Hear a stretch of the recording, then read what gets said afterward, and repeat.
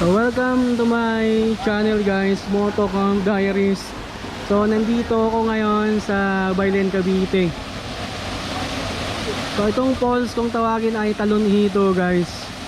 Sarap dito, solid. Konti lang tao kasi hindi ito madaling puntahan. Actually, sinamahan lang tayo ng tropa natin sa Rigaport. So local dito yan sa Baylen. So nag-comment kasi siya sa video natin sa page natin sa Facebook. So sabi niya puntahan ko naman daw to, so nagpasama ako sa kanya. So ito guys, ang sarap dito, solid. Siguro mga isang oras na ako dito. Isang oras na kami dito. So sabi ko saglit lang. Sinusulit ko na. Balik-balik ako, ang dami ko nang sinabi sa kanya na sabi ko pre saglit lang, last na to.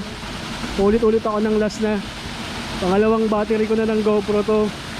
So kaya sinusulit ko lang talaga guys, kasi hindi ko lubos maisip na may ganito pala talaga aganda pang ilog dito sa Cavite. So isa to sa magandang na bisita ko. Okay, ganda, solid. So shout out mga kapatid. Shout out dyan sa tropa, saka Sibak lang. Alright. Saka dito, mag-itok na. So ito guys, oh, tututok pa tayo hanggang sa pinaka falls, kasi madali lang puntahan yung falls. Tapos ang lamig ng tubig, quality, sarap. Tapos sa mga kapatid dyan, tapos sa mga kapatid. Ayo.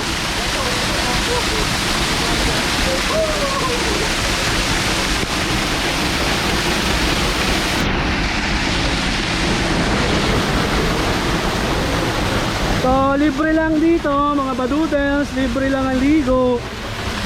Mahirap lang talaga siya puntahan. So sa mga magbabalak pumunta rito, kailangan nyo ng mga tour guide. Tulad nito mga pogi na to, diba? Kailangan nyo ng tour guide. Ayun lang, na-share ko lang sa inyo yung nabisita naming ilog dito sa Baylen, Cavite. Anong barangay ito? Anong barangay? Nakakatakot. Dito, Taiwanak. Taiwanak. Taiwanak. Tapos sa Cavite, Lehos. Lehos. Parang gitna. Okay. Guys, punta naman ako. Kapag nakakuha na ito, diba?